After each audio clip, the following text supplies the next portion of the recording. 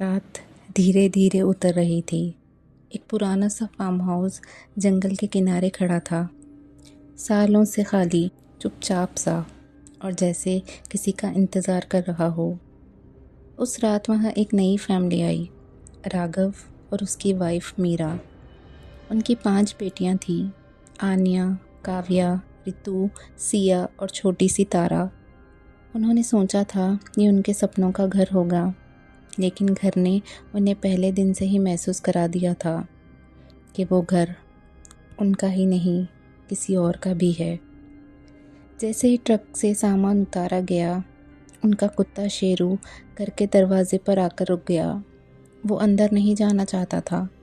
राघव ने जोर दिया, आजा शेरू, हमारा नया घर है। लेकिन शेरू पीछे हट गया और धीरे से गुर्राने लगा। मीरा ने हल्का सा मुस्कुराकर कहा, शायद नया घर है, एडजस्ट हो जाएगा। लेकिन कुछ चीज़ें एडजस्ट नहीं करती। उस रात के बाद मीरा परेशान रहने लगी। उस रात मीरा अचानक उठ गई। घड़ी में 3 बज रहे थे। हर रात इसी वक्त वो उठ जाया करती थी, बेचैनी से, और सोचते हुए कि उसके साथ कुछ हो रहा है जो उसे कुछ समझ नहीं आ रहा था। उसने सोचा शायद नया घर है, ऐसा होता है। लेकिन फिर घर के अंदर से अजीब सी आवाज़ें आने लगी जो मीरा को सुनाई देती थी, जैसे कोई दरवाजे के अंदर से नॉक कर रहा है। मीरा का दिल तेज धड़कने लगा था। वो धीरे से उठी और आवाज़ के पीछे चलने लगी। जैसे ही वो बेसमेंट के पास पहुंची, एक तीखी सी बदबू उसके नाक तक आई, जैसे कोई चीज़ सड़ रही हो। मीरा ने तुरंत अपनी नाक बंद कर ली। ये अजीब सी बदबू कहाँ से आ रही है, उसने सोचा। तभी पीछे से राघव की आवाज़ आई, मीरा, तुम यहाँ क्या कर रही हो? मीरा ने डर के साथ कहा, यहाँ से आवाज़ आ रही थी राघव। और राघव ने बेसमेंट का दरवाज़ा खोला। अंदर बहुत अंधेरा था, इतना गहरा कि वहाँ सिर्फ काली छाप नज़र आ रही थी, जैसे रोशनी वहाँ से जाना ही नहीं चाहती। अगली सुबह शेरू का पता नहीं चल रहा था। सब लोगों ने बहुत ढूंढा। आखिरकार शेरू मिला, लेकिन मरा हुआ, बेसमेंट के बाहर। उसकी आंखें खुली हुई थी, जैसे वो कुछ देखकर डर गया था। मीरा का दिल टूट गया, बच्चियां डर गई, और राघव सबको ये कहकर चुप बिठा दिया कि ये बस एक्सीडेंट है। लेकिन उस घर में कुछ सही नहीं चल रहा था। दिन के वक्त सब ठीक रहता, लेकिन रात होते ही अजीब सी आवाज़ें आती, दरवाजे अपने आप खुलने बंद होने लगते, खिड़कियों से तेज़ हवाएं आती, और सबसे ज़्यादा मीरा बदलने लगी थी।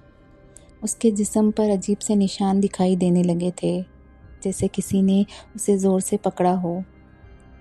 घर ने उन्हें अंदर आने तो दिया, अब वो उन्हें जाने नहीं देना चाहता।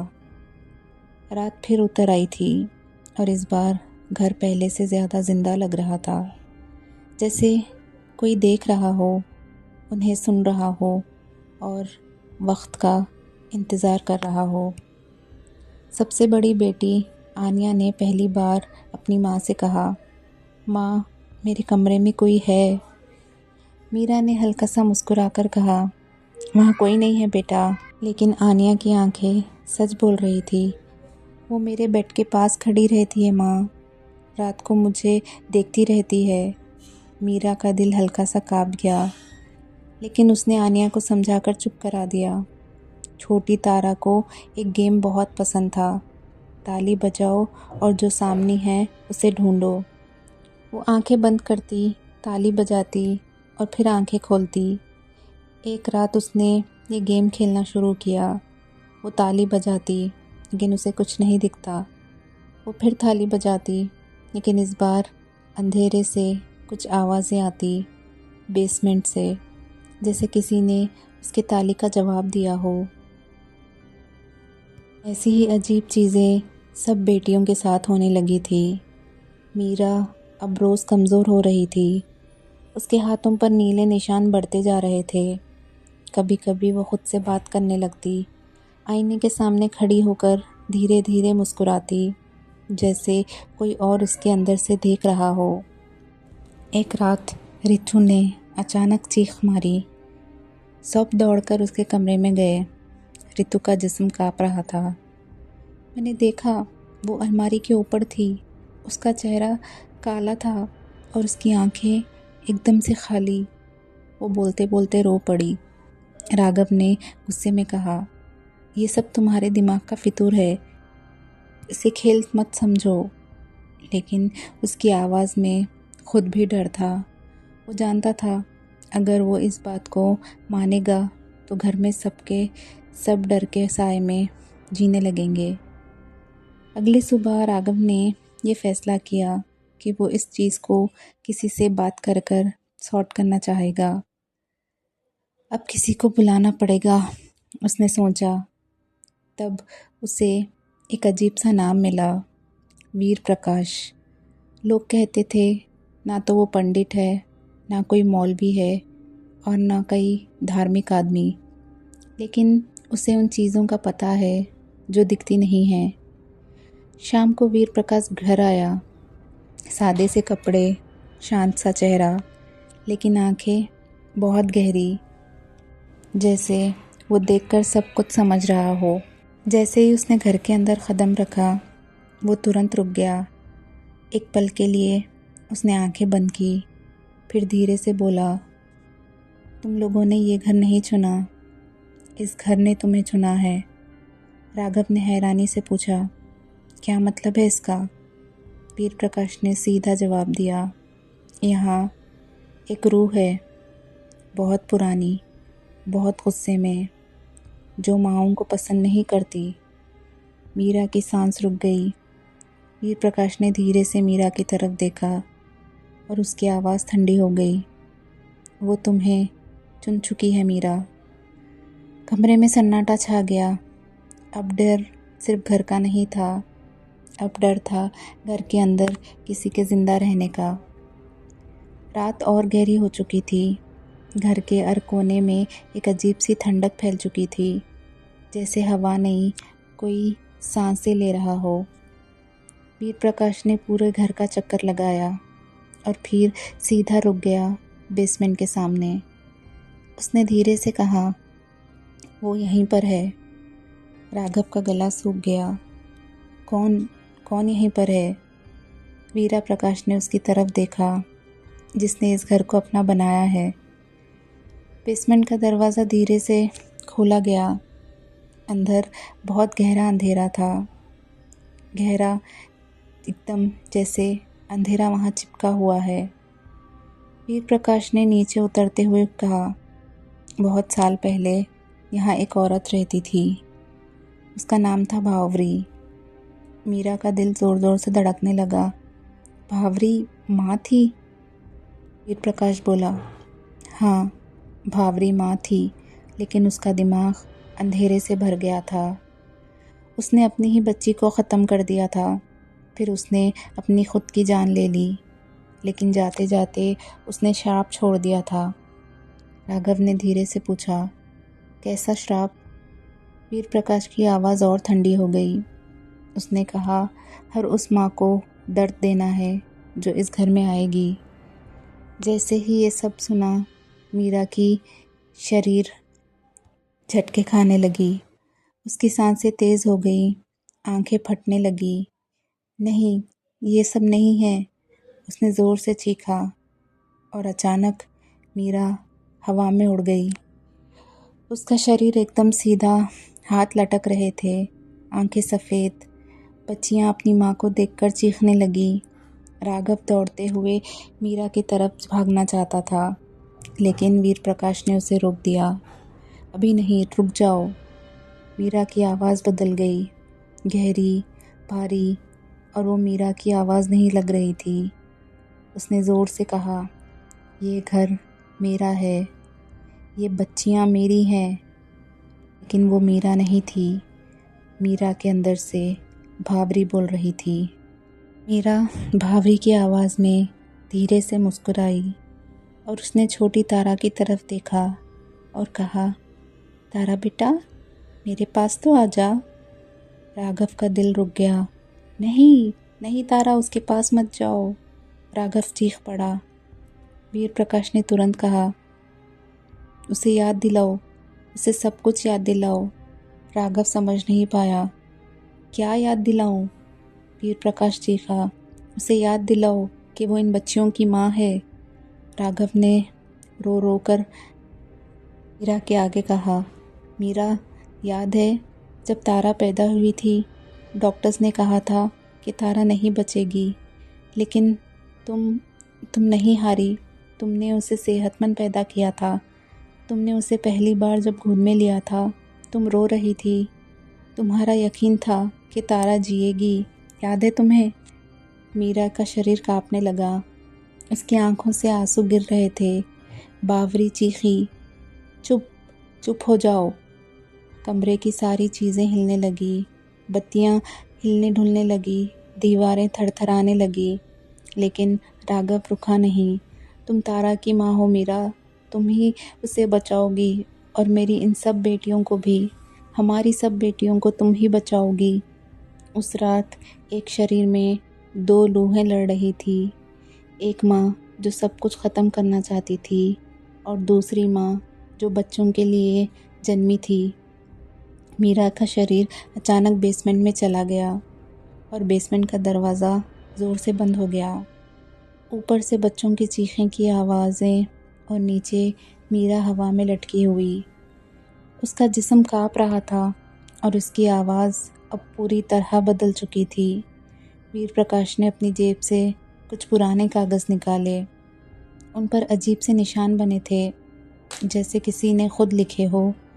उसने धीरे से कहा, ये कोई आम रूह नहीं, ये पकड़ चुकी है मीरा को और छोड़ना नहीं चाहती। ये बहुत ताकतवर रूह है।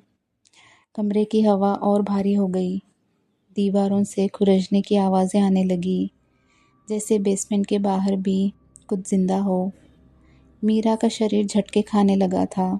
उसकी गर्दन टेढ़ी हो गई और वो हंसी। तुम मुझे नहीं निकाल सकते। राघव रो पड़ा, प्लीज़ प्लीज़ मेरी फैमिली को छोड़ दो, मेरी मीरा को छोड़ दो, वो मेरे बच्चियों की माँ है। मीरा ज़ोर से चीखी, नहीं, ये मेरी फैमिली है, ये बच्चियाँ मेरी है। और अचानक एक शेल्फ से अपने आप किताबें टूटकर नीचे गिर गईं। कांच के टुकड़े हर जगह फैल गए। मीरा ज़ोर से नीचे गिरी और चारों हाथों पर चलने लगी। बिल्कुल सीधा नहीं, उल्टा टेढ़ा होकर वो धीरे धीरे तारफ की तरफ बढ़ने लगी, जो डर के मारे कोने में चिपकी हुई थी। वीर प्रकाश चीखा, राघव, उसे रोको। राघव मीरा के पीछे दौड़ा और उसे पकड़ लिया। उसका जिस्म बर्फ़ जैसा ठंडा था, लेकिन ताकत इंसान से बहुत ज़्यादा। वीर प्रकाश ने जोर से कहा, उसका नाम लो, उसे याद दिलाओ कि वो मीरा है। राघव ज़ोर से चीखा, मीरा, तुम मेरी पत्नी हो, इन बच्चियों की माँ हो, तुम इन्हें कभी नुकसान नहीं पहुँचा सकती। एक पल के लिए मीरा रुक गई। उसकी आंखों में आंसू आ गए, लेकिन तुरंत बावरी भी चीखी, ये सब झूठ है। ये कमरा, ये घर, ये बच्चियाँ सब मेरे हैं। वीर प्रकाश ने आखिरी बार कहा, अभी नहीं रोका तो कभी नहीं रुकेगी। राघव ने मीरा को ज़ोर से पकड़े रखा। याद कर मीरा, जब तू पहली बार मर्द बनी थी, उसने तुझसे माँ कहा था। उसकी उंगली जो उसने पकड़ी थी, उसकी हंसी, सब कुछ याद कर। और अचानक मीरा ज़ोर से चीखी, बस बस करो। उसका जिस्म एक झटके से सीधा हो गया। आंखों से तेज़ आंसू बहने लगे और उसके मुंह से काली धुआं निकलने लगा, जो हवा में गुम हो गया। कमरा बिल्कुल चुपचाप बैठ हो गया। सब कुछ रुक गया। मीरा धीरे से ज़मीन पर गिर गई। राघव ने उसे पकड़ लिया, मीरा, और उसे गले लगा लिया। इस बार उसकी आवाज़ नॉर्मल थी, कमज़ोर थी, लेकिन वो मीरा की आवाज़ थी। लड़ाई ख़त्म हो गई राघव, मीरा ने पूछा। लेकिन कुछ चीज़ें इतनी आसानी से नहीं जाती। वो बस कुछ पल के लिए, कुछ वक्त के लिए चुप हो जाती हैं। सुबह की हल्की रोशनी खिड़कियों से अंदर आ रही थी। घर शांत था, जैसे कुछ हुआ ही नहीं था। मीरा बिस्तर पर लेटी थी, कमज़ोर लेकिन होश में। उसकी बेटियां उसके पास बैठी थी। राघव ने गहरी सांस ली। सब ठीक हो गया। वीर प्रकाश खड़ा था, चुपचाप। उसकी आंखें अब भी घर के कोने कोने में देख रही थी। उसने धीरे से कहा, ये घर अभी भी सांस ले रहा है। राघव ने हैरानी से पूछा, क्या मतलब आपका? वीर प्रकाश ने सीधे से जवाब दिया, कुछ निशान रह गए हैं। उस रात फिर से रात के 3 बजे मीरा की आंख खुल गई। उसने सीधा छत की तरफ देखा और धीरे से बैठ गई, जैसे किसी ने उसे जगा दिया हो। वो धीरे से उठकर आईने के पास गई, अपना चेहरा देखा। उसे सब कुछ नॉर्मल लग रहा था, लेकिन फिर एक पल के लिए आईने में उसे लगा उसके पीछे कोई खड़ा था, काला साया। मीरा ने तुरंत पीछे मुड़कर देखा। वहाँ कोई नहीं था, एकदम सन्नाटा था, लेकिन आईने में वो साया अब भी था और धीरे से मीरा को देखकर मुस्कुरा रहा था। अगली सुबह वीर प्रकाश जाने लगा। राघव ने पूछा, क्या अब सब ठीक है? वीर प्रकाश रुक गया और धीरे से बोला, मैंने उसे कमज़ोर किया था, लेकिन मिटाया नहीं था। राघव का दिल डूब गया। मतलब वो वापस आएगी? वीर प्रकाश ने सीधा जवाब दिया, वो कभी गई ही नहीं थी, बस कमज़ोर हो गई थी। उस रात छोटी तारा ने आंखें खोली और धीरे से बोला, माँ। मीरा तुरंत इसके पास आई। क्या हुआ तारा बेटा? तारा ने सीधा उसकी आंखों में देखा और धीरे से मुस्कुराई। माँ, वो फिर आ गई। उसी पल घर के सारे दरवाजे एक साथ बंद हो गए।